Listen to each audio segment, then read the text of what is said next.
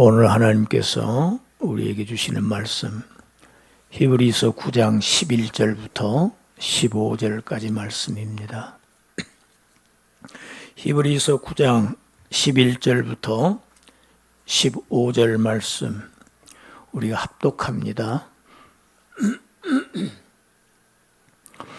그리스도께서는 장래 좋은 일의 대제사장으로 오사 손으로 짓지 아니한 것 곧 이 창조에 속하지 아니한 더 크고 온전한 장막으로 말미암아 염소와 송아지의 피로 하지 아니하고 오직 자기 피로 영원한 속죄를 이루사 단번에 성소에 들어가셨느니라. 염소와 황소의 피와 및 암송아지의 죄를 부정한 자에게 뿌려 그 육체를 정결하게 하여 거룩하게 하거든 하물며 영원하신 성령으로 말미암아 흠없는 자기를 하나님께 드린 그리스도의 피가 어찌 너희 양심을 죽은 행실에서 깨끗하게 하고 살아계신 하나님을 섬기게 하지 못하겠느냐. 이로 말미암아 그는 새 언약의 중보자시니 이는 첫 언약 때 범한 죄에서 속량하려고 죽으사 부르심을 입은 자로 하여금 영원한 기업의 약속을 얻게 하려 하심이라. 아멘. 첫 언약, 옛 언약 같은 말입니다. 율법 같은 말입니다. 율법에는 지켜야 할 그러한 규례들이 많이 있었습니다. 구약성경 레위기서 11장을 보면 짐승을 두 종류로 구분합니다. 정한 짐승과 부정한 짐승으로 짐승을 둘로 나눕니다.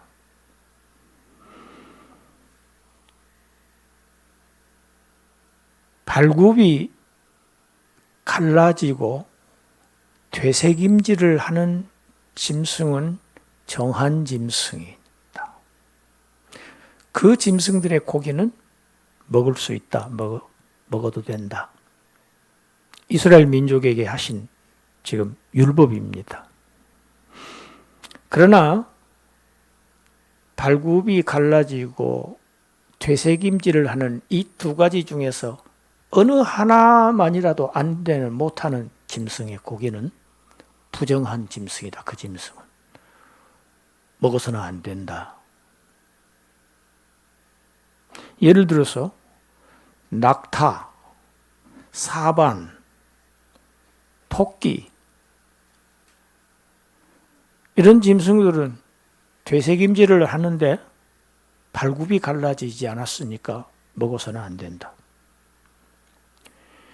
돼지 같은 짐승은 발굽은 갈라졌는데 되새김질을 못하기 때문에 부정한 짐승이다. 먹어서는 안 된다. 구약의 율법은 돼지고기를 먹을 수 없습니다. 부정한 짐승이기 때문입니다. 여러분, 안식교에서는 지금도 안식교인들은 돼지고기 먹지 않습니다. 구약의 율법을 그대로 지킵니다. 짐승만 그런 것 아닙니다. 물고기도 그렇습니다. 물고기가 지느러미가 있고 비늘이 있어야 정한 짐승이다. 그런 고기는 먹을 수 있지만은 그렇지 않은 것, 예를 들어서 낙지 같은 것, 연체동물은 비늘이 없지요? 지느러미 없지요? 먹어서는 안 된다. 부정한 짐승이다. 독수리나 이런 솔개 같은 아주 맹금류, 사나운 새들 있지요. 부정한 짐승이니까 먹지 말아라. 부정한 새다. 곤충도 그랬습니다. 날개가 있으면서도 뛰는 곤충은 정한 짐승이니까 먹어도 되지만 날개가 있으면서 기는 곤충 부정하니까 먹지 마라. 말할 것 없이 그냥 기어다니는, 날개도 없고 그냥 기는 곤충 절대 먹어서는 안 된다.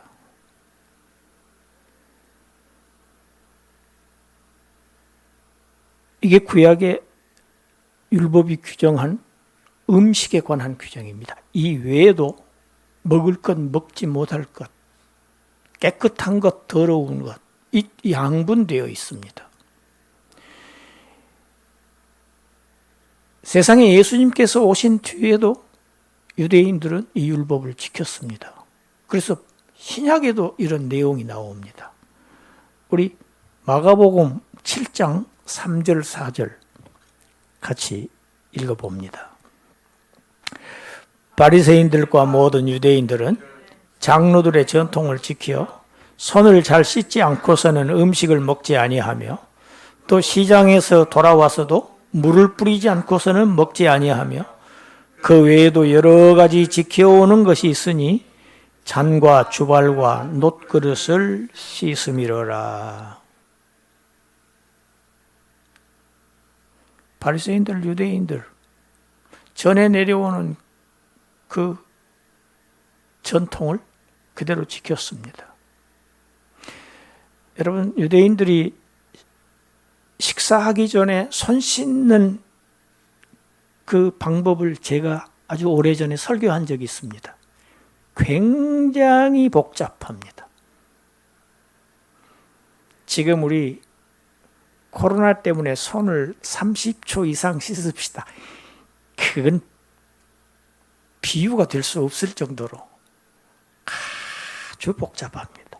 오랫동안 세세하게 다시 손톱은 어떻게 하고, 손가락 사이는 어떻게 하고, 손등은 어떻게 하고, 손바닥은 어떻게 하고.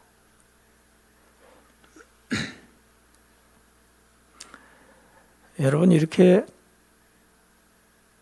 거룩하고 부정하고 또 어떻게 해서 이렇게 깨끗하게 하고 씻는 것, 먹는 것, 이런 율법의 규례들은 이스라엘은 거룩하신 하나님의 백성들로서 다른 이방 민족과는 구별되어야 한다는 것을 아주 상징적으로 가르치기 위한 제도였습니다. 발굽이 갈라지고 되새김질을 하는 짐승의 고기를 먹는다고 해서 사람이 거룩해지지 않습니다.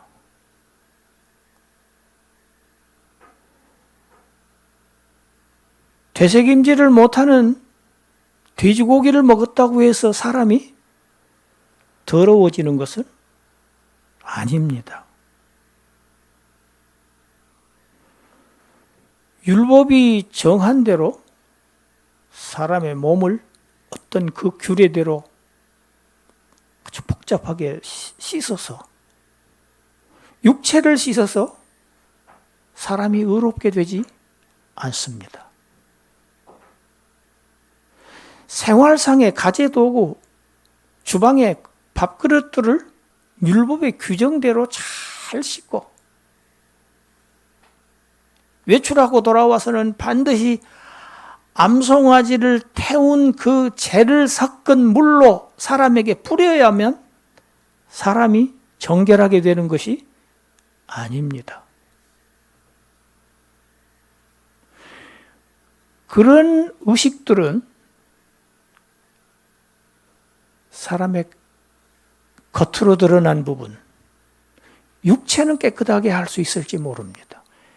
위생적으로는 도움이 될지 모르지만은 사람 깊숙이 인간에 있는 심령, 내면의 그 양심조차 깨끗하게 할 수는 없는 제도입니다.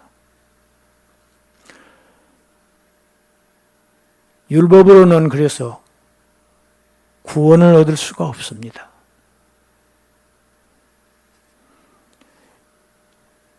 구약의 율법에 의거한 제사 제도도 마찬가지였죠. 지금까지 우리가 살펴본 것과 같이.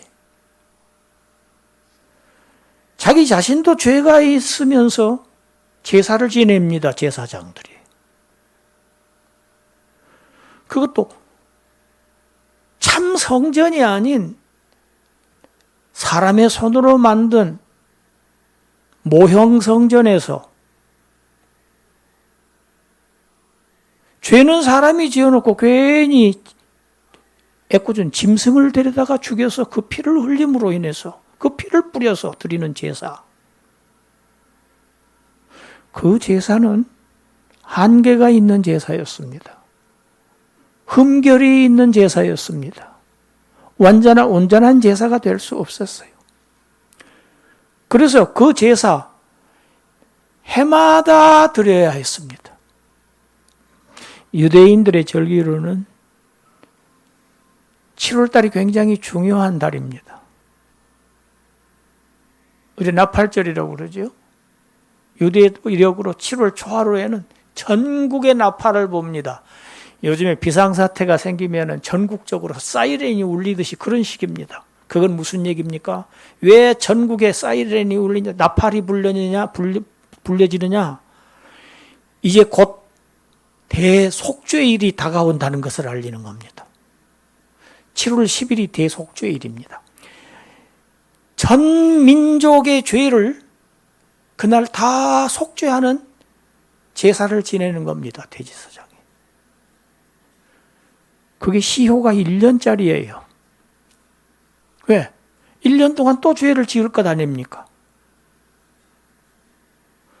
그 제사로는 지난 1년 동안에 지은 죄밖에 속죄함을 못 얻었어요. 그래서 해마다 또 드리고 또 드리고 자주 같은 제사를 반복해서 드려야만 했습니다.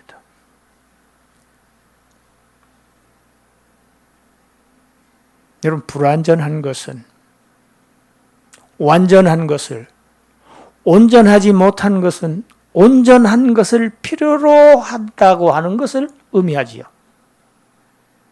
이 옛 언약은 새 언약으로 대체되어야 할,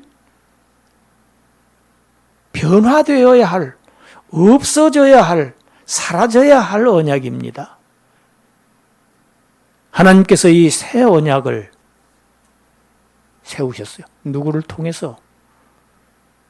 그 중개자가 바로 하나님의 독생자이신 예수 그리스도입니다.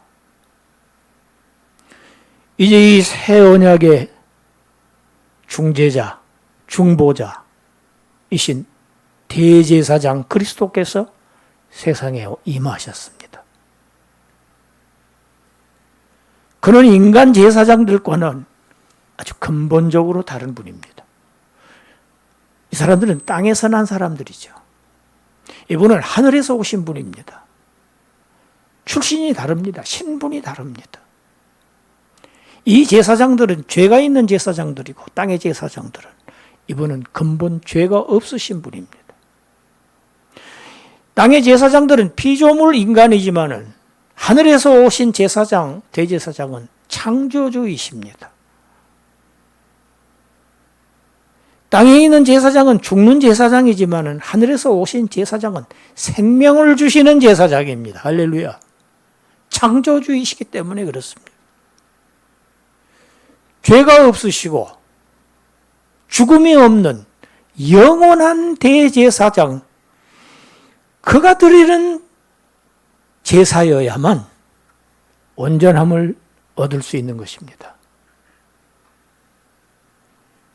이 제사장은 인간 제사장들처럼 짐승을 죽여서 그 피를 제물로 드리지 않습니다. 이 대제사장은 자기 자신을 제물로 바쳐서 자기 자신을 십자가에 매달아서 못을 박아서 죽임으로 흘리신 그 보혈 피로 하나님의 백성들의 모든 죄를 정결하게 하시는 대속을 이루셔서 완성하셔서 온전한 속죄를 이루셔서 모형 성전으로 들어가시지 않고 하나님이 임재하시는, 하나님이 계시는 그 하늘 성소에 단번에 들어가셨다. 여러분, 제사가 불완전하기 때문에, 온전하지 못하기 때문에 계속 드려야 하지만 우리 새 대제사장이 드리신 제사는 영원하고 온전하고 부족함이 조금도 없는 제사이기 때문에 한 번만으로도 하나님께서 흡족하게 여기시고 모든 죄인들의 죄를 깨끗하게 사하셨습니다. 할렐루야. 구약 제사는 율법을 어긴 그런 부정한 자들에게 염소피, 황소피, 그 피를 뿌리고 또 암송아지를 태운 그 재를 섞은 물, 그 물을 뿌려서 사람의 육체를 정결하게 했습니다.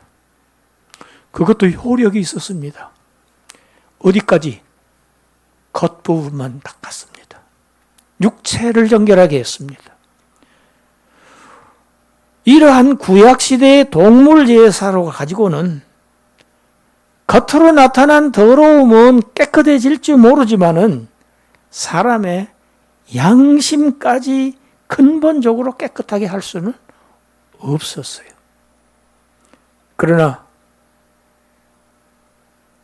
흠도 점도 없으신 하나님의 어린 양 예수 그리스도, 그가 십자가에 달려서 흘리신 피, 그 보혈, 그 거룩한 피를 하나님께 제물로 드려서 이루신 이 속죄의 제사, 이 제사는 구약의 제사로는 깨끗함을 얻을 수 없었던 그러한 인간의 양심을 내면 깊숙한 곳까지, 심령 깊숙한 곳까지 인간의 송두리째, 그 근본적으로, 근원적으로 깨끗하게 하셔서 그들로 하여금 거룩하신 하나님을 섬길 수 있도록 그 길을 터놓으셨다. 만들어주셨다. 여러분, 하나님을 섬기는 것은 거룩한 자가 아니면 하나님을 섬길 수가 없습니다. 구약의 대제사장이 그래서 피를 가지고 지성소에 들어가지 않으면 하면 즉사했습니다. 죄가 있기 때문입니다. 거룩한 자만이 하나님 앞에 설 수 있습니다. 할렐루야. 우리의 행위로 거룩해지지 않습니다. 예수 그리스도의 대속의 은혜를 통해서만 우리는 의롭다고 여기심을 받는 겁니다. 거룩하다고 여겨주시는 거예요. 왜? 그 거룩하신, 그 의로우신 하나님의 독생자를 믿었다는 이유입니다. 그 믿음을, 아니 그 믿음조차도 은혜로 선물로 주셨는데 그것을 이유로 우리를 거룩하다, 의롭다, 죄 없다고 하시는 것은 그야말로 하나님의 은혜입니다. 그야말로 하나님의 사랑입니다. 지금 히브리서는 유대교에서 개종을 해서 기독교로 개종한 유대인들을 향해서 지금 전하고 있는 메시지입니다. 그들은 동족들의 위협과 회유와 삶의 고난 때문에 이제 다시 그 유대교로 되돌아가기 직전에 있는 사람들이 많이 있습니다. 그들을 향해서 지금 이 히브리서가 강조하고 있는 것이 무엇입니까?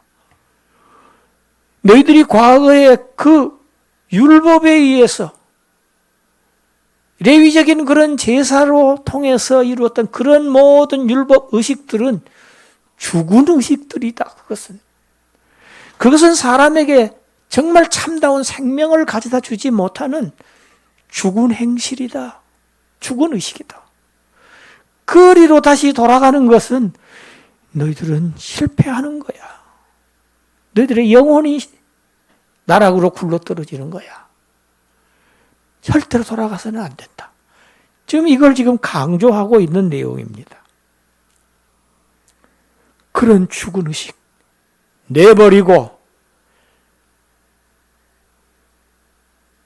사람을 온전하게도 하지 못하는 그런 그냥 외면적인 의식, 형식 버리고 하나님께서 자기 아들 독생자를 통해서 이루신 이 새 언약의 질서 속에서 십자가의 능력을 믿고 구원의 능력을 믿고 양심의 자유를 얻어서 이제는 율법에 억눌린 그런 율법의 노예로서가 아니고 이제 자유함을 얻은 자유민으로서 하나님의 백성으로서 새 언약의 질서 안에서 기쁨과 감사로 하나님을 섬겨야 한다. 지금 이렇게 당부하고 경고하고 교훈하고 있는 것이 오늘의 본문입니다. 과거는 지나갔다. 율법에 눌려서 어떠한 감사나 어떠한 기쁨도 없이 단지 율법을 어기면은 율법의 그 가혹한 저주가 두려워서 벌벌 떨면서 억지로 마지못해서 하는 그런 의식으로서의 하나님을 섬기는 것은 이제 끝났다. 자기 아들을 내보내셔서 이 일을 하나님께서 이루셨다. 이 사실을 받아들여야 한다. 구원은 하나님께서 이루셔야지 참다운 구원이지 인간 스스로 쟁취할 수 없는 것이다. 죄가 없고 하늘보다 높이 되신 그러한 그리스도께서 새 언약의 중보자로 오셔서 그가 하나님께서 부르신 자들 그들을 옛 율법 아래서의 범한 모든 죄에서 해방을 시키기 위해서 그 해방을 통해서 이제 영원한 하나님 나라의 상속자들을 만드시기 위해서 그가 스스로 자원해서 십자가에 못 박혀 죽으신 것이다. 자기 자신을 마치 구약에서 짐승을 쳐 죽여서 제물로 삼았는데 짐승처럼 죽임을 당하셨다. 이 예수를 거절하면, 이 은혜를 거절하면 다시는 너희들에게는 기회가 주어지지 않는다. 기회를 붙잡아라. 중요한 이야기다. 지금 히브리서는 이렇게 이야기하고 있습니다. 죄인은 하나님과 화목해야 됩니다. 죄인은 하나님과 원수입니다. 왜? 하나님과 원수 마귀의 편에 선 자이기 때문에 그렇습니다. 그래서 죄인은 하나님과 화목해야 됩니다. 양자를 화목할 때는 반드시 화목하게 하는 중재자가 필요합니다. 성경은 이것을 중보라는 단어로 표현합니다. 구약시대에는 하나님의 백성들과 하나님 사이에 중재자가 있었습니다. 그 사람이 바로 제사장들이었습니다. 그들이 백성들의 죄를 위해서 제사를 드려서 속죄함을 얻게 하는 중보자였지요. 구약시대에 수많은 제사장들이 제사를 드리고 또 드리고 평생 드리다가 죽고 나면 또 다른 제사장들이 또 가업을 이어서 제사장 드리고 수없이 많은 제사장들이 수많은 해를 제사를 드렸어도 죄가 근본적으로 없어질 수가 없었어요.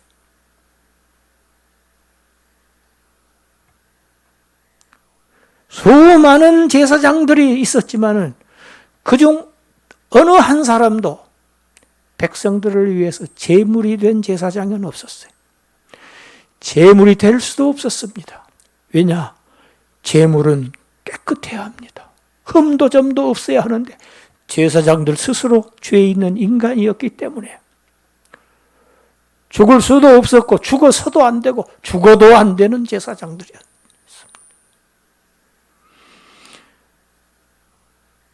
이런 제사장이 드리는 제사, 구원을 이룰 수 없습니다. 이런 짐승의 피로 드리는 제사를 가지고는 구원을 얻을 수 없습니다. 구약의 이런 제사 제도를 가지고는 구원을 이룰 수가 없어요. 그래서 하나님께서 개혁하신 것입니다. 옛 언약을 새 언약으로. 인간 중보자들이 아닌 하나님의 살아계신 하나님의 독생자를 중보자로 삼아서 그로 하여금 온전한 제사, 온전한 속죄를 이루게 하셔서 우리로 하여금 하나님 나라를 상속받게 하셨다. 물려받게 하셨다. 여러분, 이 사실이 얼마나 엄청난 사건입니까? 얼마나 놀라운 일입니까? 하나님의 반대편에 섰던 우리들, 마귀의 자녀였던 우리들을 하나님께서 자기 아들을 죽이기까지 사랑하셔서 우리를 깨끗하게 씻어서 자기의 백성들이 되게 하시고 그의 나라의 상속자가 되게 하신 이 은혜, 이 축복 받은 자들은 일생을 항상 감사의 찬송을 드리고 항상 감사하며 항상 기뻐하며 내가 어떻게 하면 이 은혜에 보답하면서 살까? 어떻게 하면 이 은혜를 주신 우리 아버지를 기쁘시게 하는 자녀로 살아갈까? 이런 거룩한 고민을 하면서 살아가시는, 찬송하면서 살아가시는 그러한 여러분들이 되시기를 주님의 이름으로 축원합니다. 기도합니다.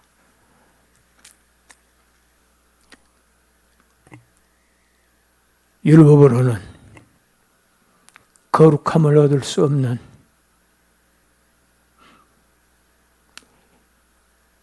사람의 행위로는,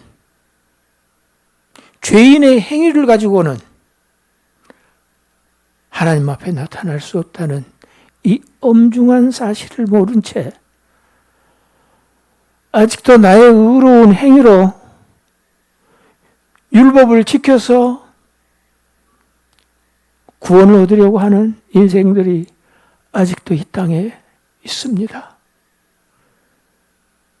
그러나 저희들에게는 하나님께서 이 놀라운 은혜와 축복을 허락하셔서 값없이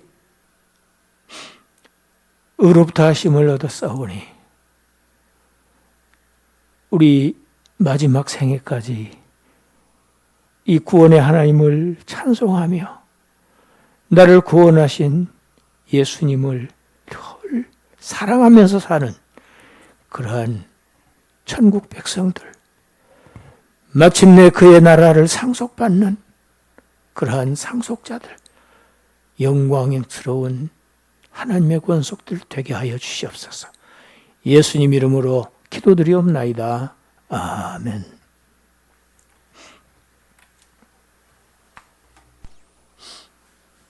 자리에서 일어나셔서 우리